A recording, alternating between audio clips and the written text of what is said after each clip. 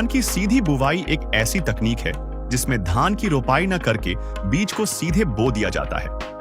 धान की सीधी बिजाई न केवल लागत घटाती है बल्कि उत्पादन भी अच्छा होता है और पर्यावरण के लिए भी इसे बेहतर माना जाता है। चावल का इतिहास देखें, हजारों से 3-4 हजार साल से यहाँ चावल हो रहा है इस तरह पे। उसमें रुपाई की तकनीक, जिसको जापानी तकनीक भी कहते हैं, पिछले 80 से 100 सालों में ये आई है। इतने सालों में 3900 सालों में, जैसा मैंने कहा, कि सीधी बुआई ही की जाती थी, चाहे वो छिटकवा विधि हो या चाहे हल के बीच जैसे भी हो, लेकिन वो सब सीधी बुआई ही थी। तो धान पारंपरिक रूप से धान का पौधा सीधी बुआई के लिए बना है। डायरेक्ट सीडेड राइस यानी DSR तकनीक से बिजाई 20 मई से 30 जून के बीच करनी चाहिए, लेकिन मॉनसून से 10 से 15 दिन पहले का समय सबसे बेहतर माना जाता है।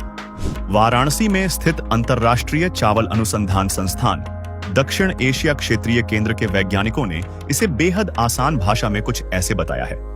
धान की सीधी बिजाई के 2 तरीके हैं। Number 1 wet DSR, number 2 dry DSR। सबसे पहले जानते हैं वेट DSR क्या है और उसे कैसे करते हैं। इसमें पडलिंग यानी लेवा वैसे ही करते हैं जैसे पारंपरिक तरीके से धान की खेती में करते हैं।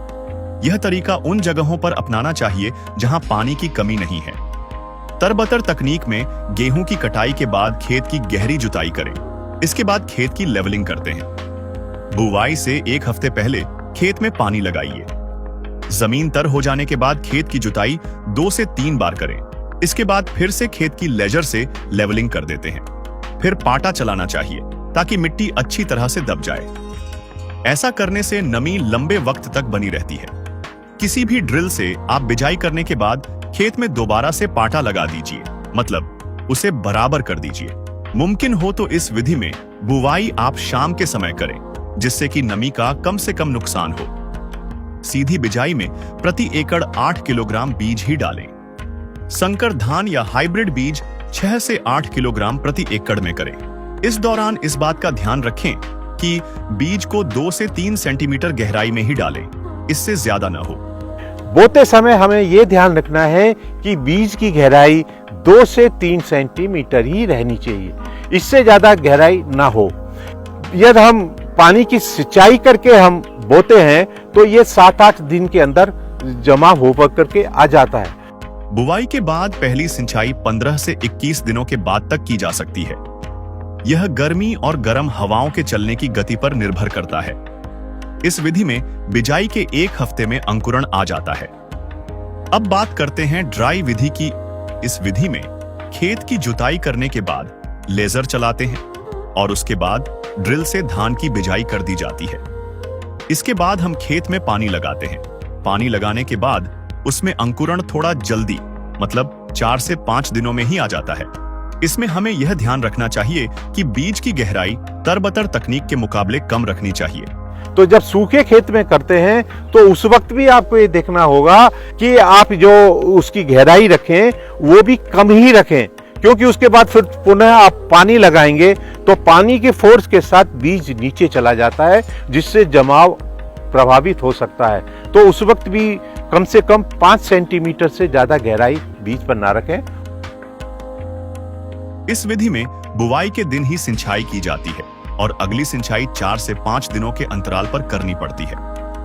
वत्तर DSR विधि से बुवाई करते हैं तो उसमें बुवाई के फौरन बाद प्रति एकड़ में 200 लीटर पानी में पेंडिमेथिलीन 30 EC नाम की दवा 1300 मिलीलीटर मिलाकर उसका छिड़काव करते हैं।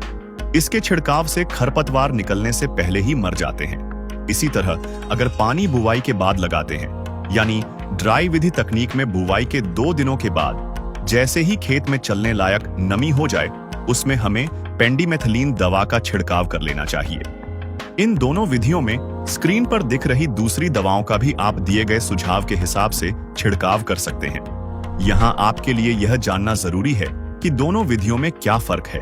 वत्तर DSR में खरपतवार का नियंत्रण अच्छी तरह से हो जाता है, क्योंकि जब हम पहली बार पानी लगाते हैं तो उसके फौरन बाद ही खरपतवार का अंकुरण हो जाता है और जुताई करने के साथ ही वह खत्म हो जाता है। ड्राई विधि में जब हम बिजाई के फौरन बाद पानी लगाते हैं तो उस वक्त खरपतवार की समस्या थोड़ी ज्यादा हो जाती है। दोनों ही विधियों में हमें बीज उपचार का ध्यान रखना चाहिए। बीज को 12 घंटे के लिए 2% पोटेशियम नाइट्रेट के घोल में भिगोकर रख दें। इसके बाद बीज को सुखाकर 3 ग्राम मैनकोजेब प्लस कार्बेंडाजिम फफूंदनाशक प्रति किलोग्राम की दर से उपचारित करें। उपचार के बाद ही बीज की बुवाई करें। बुवाई के समय जिंक सल्फेट नहीं डाला गया हो तो 30 दिन बाद 1% यूरिया प्लस 0.5% जिंक सल्फेट का फसल पर छिड़काव करें। जरूरत के हिसाब से 1 से 2 दिन के अंतराल पर छिड़काव या 1 हफ्ते के अंतराल पर करें। सीधी बुवाई किए धान में हल्की और रेतीली जमीनों में लौह तत्व के लक्षण दिखाई देते ही इसके लिए 5.5% फेरस सल्फेट घोल का फसल पर छिड़काव करें। छिड़काव के बाद भी अगर लक्षण दिखाई दें तो 1 से 2 दिन के अंतराल पर फेरस सल्फेट का छिड़काव 1 या 2 बार और कर दें। अगर पौधों में जिंक और लौह दोनों की कमी के लक्षण हो तो यूरिया के साथ दोनों सूक्ष्म तत्वों की मात्रा को मिलाकर छिड़काव कर सकते हैं।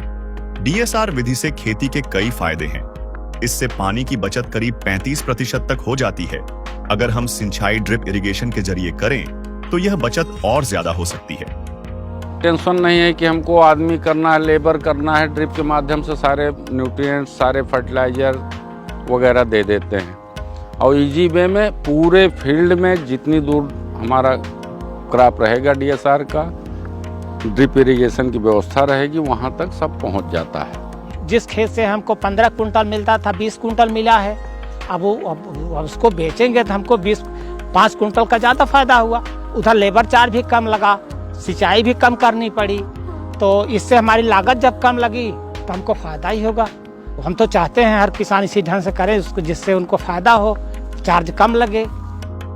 बुवाई की लागत और बाकी दूसरे सभी प्रोसेस को मिलाकर करीब 3 से 4 हजार रुपए की बचत हो सकती है।